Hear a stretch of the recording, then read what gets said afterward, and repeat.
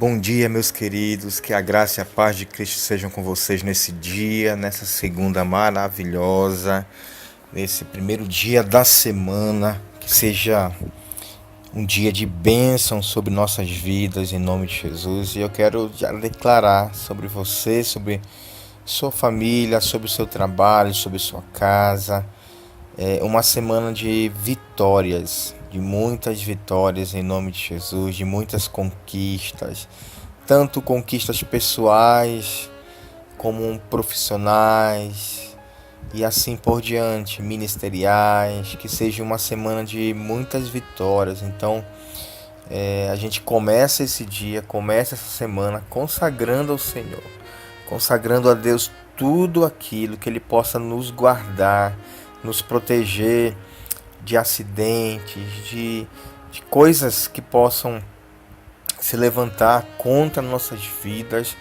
que Ele seja o nosso escudo, nossa fortaleza, nosso socorro, que Ele possa guardar nossa mente, nosso entendimento, nosso coração, em nome de Jesus. Amém?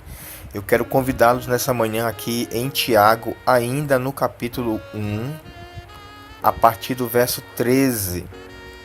Nós vamos ler até o verso 18, tá bom? Então diz assim, me acompanhe, por favor. Quando alguém for tentado, jamais deverá dizer: estou sendo tentado por Deus, pois Deus não pode ser tentado pelo mal e a ninguém tenta.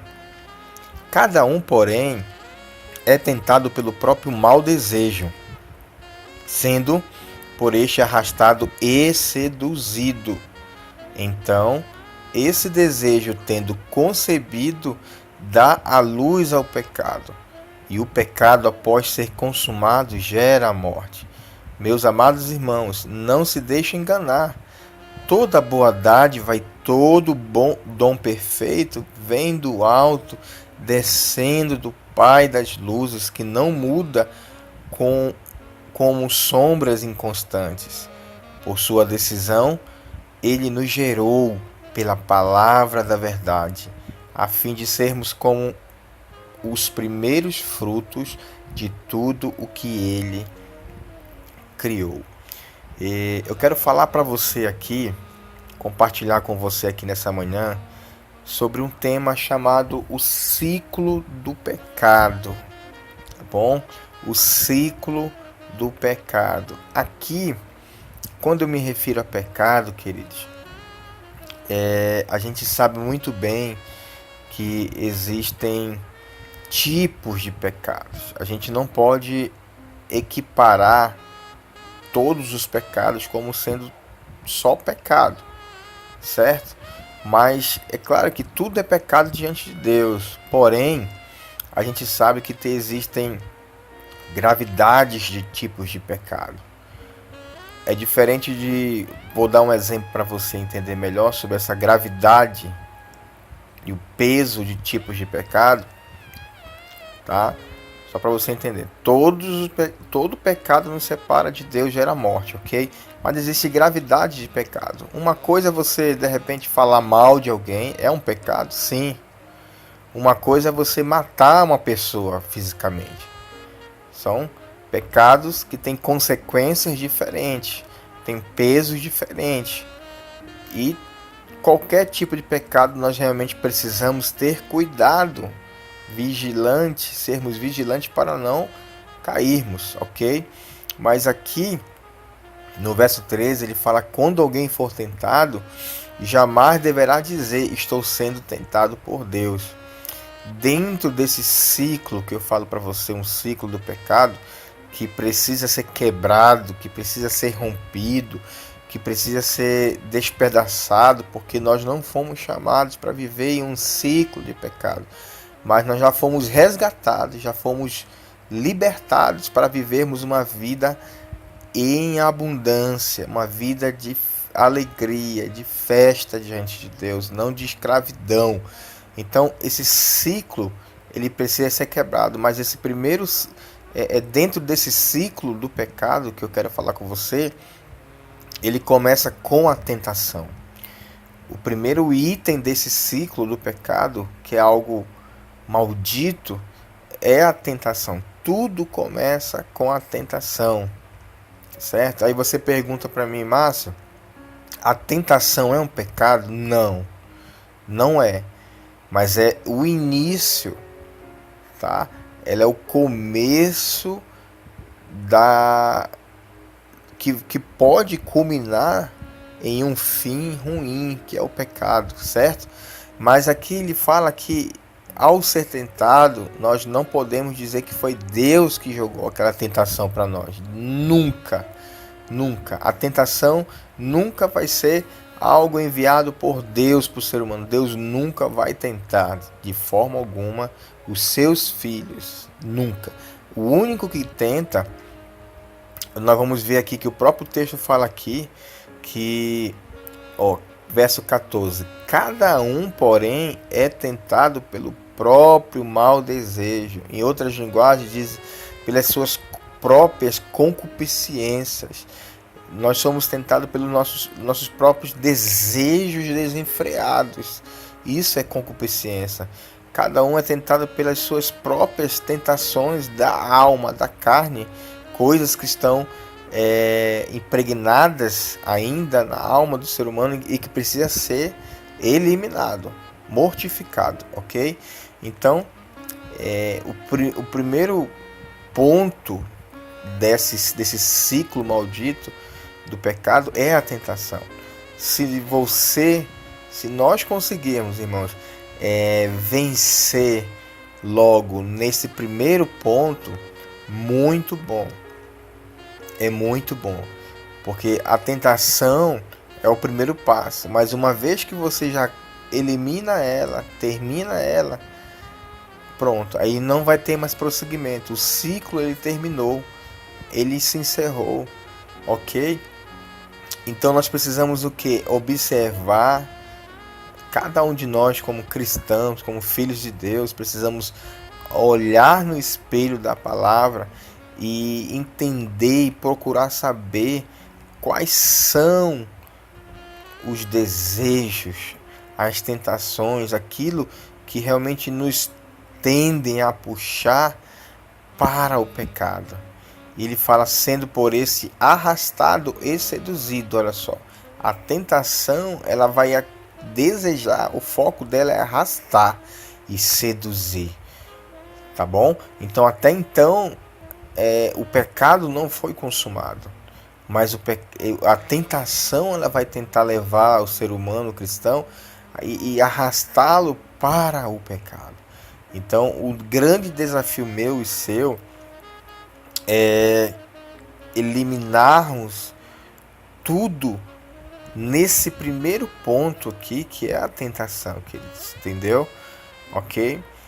E algo que eu quero falar para você, que não é a falta, não é pelo fato de vivermos, melhor falando, na graça do Senhor, é que Ele também não vai nos corrigir. Então Deus, Ele como Pai que ama o seu Filho, Ele nos corrige.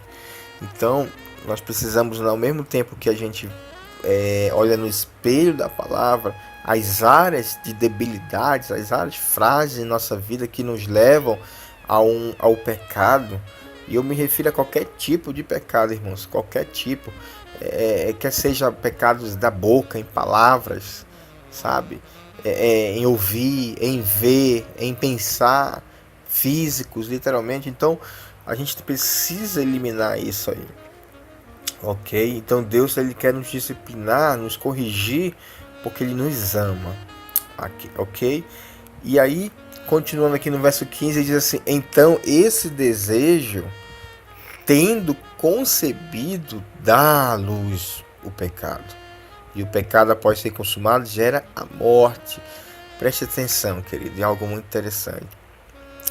A tentação não é um pecado, mas a intenção e a consumação é o pecado. É um pecado, certo? E, consequentemente, gera uma queda. Gera uma queda, e essa queda ela vai gerar essa morte. Mas que morte é essa, queridos? Pode ser física, pode ser espiritual, o que que é? É uma morte realmente porque o pecado, ele já é uma maldição por si próprio. Então, ele já gera essa morte. E essa morte precisa ser o que? Eliminada das nossas vidas. Uma vez que você errou, uma vez que você pecou, você se arrependeu, você pediu perdão, você pediu ajuda de outras pessoas, você confessou o seu pecado, essa morte ela é eliminada da sua vida por causa do sangue precioso de Jesus. Amém? Não significa que você que já entregou a vida para Jesus, pelo fato de ter errado, você deixa de ser filho de Deus. Não é isso. Não é isso. Mas ele está falando de uma morte porque haverá consequências. Consequências de um erro, consequências de uma falha, de um pecado, de uma desobediência a Deus, gera essa morte, gera essa queda. Mas aí a gente sabe que, como diz em 1 João 1,9, que o sangue de Jesus, se nós confessarmos nossos pecados, ele é fiel, ele é justo para nos perdoar e nos purificar de toda injustiça. Pedro também fala que nós temos um advogado junto ao Pai. Então não precisamos nos condenar, não aceitar a condenação, mas nós precisamos nos arrepender, precisamos nos quebrantar diante de Deus e pedir ajuda de Deus diante de tal circunstância. Ok? O verso 16 diz assim: meus amados irmãos, não se deixem enganar. Toda boa dádiva e todo dom perfeito vem do alto, descendo do Pai das luzes, que não muda como sombras inconstantes. Olha só, queridos, algo maravilhoso aqui. Toda boa dádiva e todo dom perfeito vem do alto. Tudo o que é bom vem de Deus, querido. Tudo o que é bom para minha vida, para sua vida, todo dom perfeito, toda boa dádiva vem de Deus, vem do Pai, que não muda como sombras inconstantes. Por que ele usa essa expressão sombras inconstantes? Porque ele também está fazendo uma referência ao pecado. Nosso Deus é santo, nosso Deus é puro. Então nosso Deus não é como as trevas. Não há trevas em Deus. Há trevas no pecado, há trevas no inimigo das nossas almas. Nele sim há trevas, e é como sombras inconstantes, que há variações. Em Deus não há variações. Nosso Deus é maravilhoso, ele é puro, ele é perfeito. Ok? Amém, queridos? E por sua decisão, ele nos gerou pela palavra da verdade. Ou seja, meu irmão, essa é a grande maravilha, essa é a grande notícia. Eu e você fomos gerados pela palavra da verdade. Que palavra é essa, queridos? A palavra que nos diz que nós somos a imagem e semelhança dele. Essa é a palavra da verdade. A palavra da verdade que nos gerou, ela diz que nós somos mais que vencedores. A palavra da verdade que nos gerou, ela diz que você agora é uma nova criatura e que as coisas velhas já passaram e tudo se fez novo. Querido, você não é mais um pecador, você é um santo. Você é um filho de Deus que luta contra o pecado. E nós estaremos lutando enquanto estivermos aqui nessa terra. Porém, uma consciência, um entendimento nós temos é que nós fomos gerados pela palavra de vida, pela palavra da verdade, pela palavra santificadora que diz que nós somos templo do Espírito Santo. Essa é a palavra da verdade. Qualquer condenação que vem sobre nós, precisamos rejeitar. Até mesmo a condenação que vem quando nós erramos e pecamos, essa condenação precisa ser rejeitada, porque Deus não condena ninguém. O único que condena nossas vidas é Satanás, queridos. Ele vem para condenar sim, mas Deus vem para nos dizer que nós fomos gerados pela palavra da verdade, pela palavra de vida. Lá no princípio, quando tudo estava um caos, onde a terra era sem forma e vazia, E disse o Deus: haja luz, querido. Essa é a palavra da verdade, que nós devemos andar na luz, como Ele está na luz, para termos comunhão um com os outros, para termos comunhão com Deus. Nós somos da luz, nós somos filhos da luz. Aqui diz que Ele é o Pai das luzes, no verso 17, descendo do Pai das luzes. Ele é a luz, Ele que nos ilumina, queridos, é Ele que ilumina nossos passos, nossa vida, que nos dá entendimento para tomarmos decisões corretas. E nós precisamos andar nessa luz. Não saia em hipótese alguma dessa luz que é Jesus, queridos. Amém?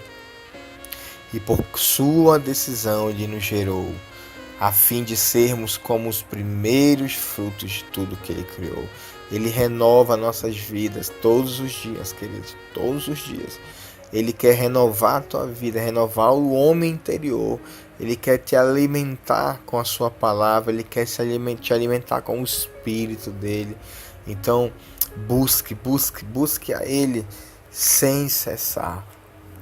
E eu quero concluir esse nosso devocional lendo aqui em 1 Tessalonicenses, capítulo 4, verso 3, que diz assim, até o verso 8. Pois esta é a vontade de Deus, a vossa santificação, que vos abstenhais da prostituição, que cada um de vós saiba possuir o próprio corpo em santificação e honra. Quando você se santifica, você honra a Deus, você honra o nome do Senhor, não com o desejo de lascívia, como os gentios que não conhecem a Deus. Não podemos ser mais como os gentios, queridos. E que nesta matéria, que matéria é essa? A matéria da santificação, querido. Ele está falando da matéria de santificar-se, né? De buscar a Deus, consagração. Ninguém ofenda ou defraude o seu irmão, porque o Senhor é contra todas estas coisas, como antes vos avisamos e testificamos claramente, é o vingador. Porquanto Deus não nos chamou para a impureza, e sim para a santificação, de forma que, aí eu grifei isso na minha agenda aqui, de forma quem rejeita estas coisas não rejeita o homem, e sim a Deus. Nossa, queridos, que profundo isso aqui. Quem rejeita essa santificação, essa pureza, essa consagração, não está rejeitando a homens, mas está rejeitando a Deus, que também vos dá o seu Espírito Santo. 1 Coríntios fala, 3,16, que nós somos templo do Espírito Santo. O pecado contra o nosso corpo, querido, é pecado contra o Espírito Santo. E nós precisamos pedir a Deus graça, pedir a Deus misericórdia, pedir a Deus perdão, para que possamos andar nessa vida de santidade. Porque nós não seremos, nós já somos filhos de Deus, nós já somos filhos da luz, e nós só devemos procurar andar na luz. Amém, queridos? Glória a Deus por isso. Eu quero declarar sobre a sua vida essa palavra, sobre a minha vida também eu tomo posse desse devocional, sobre essa santificação, sobre essa imagem de Deus sobre nossas vidas. Que o Senhor possa ter ministrado teu coração nessa segunda, e que nós possamos ficar de olhos abertos contra as tentações que surgem diante de nós, e que possamos quebrar esse ciclo e não ficar constantemente, nunca nesse ciclo do que é o ciclo do pecado, mas quebrar, eliminar de uma vez por toda, em nome de Jesus, tudo aquilo que nos prende, possa nos prender de viver nesse ciclo, em nome de Jesus, tá bom, queridos? Que Deus abençoe você, e até o próximo café com a palavra de Deus.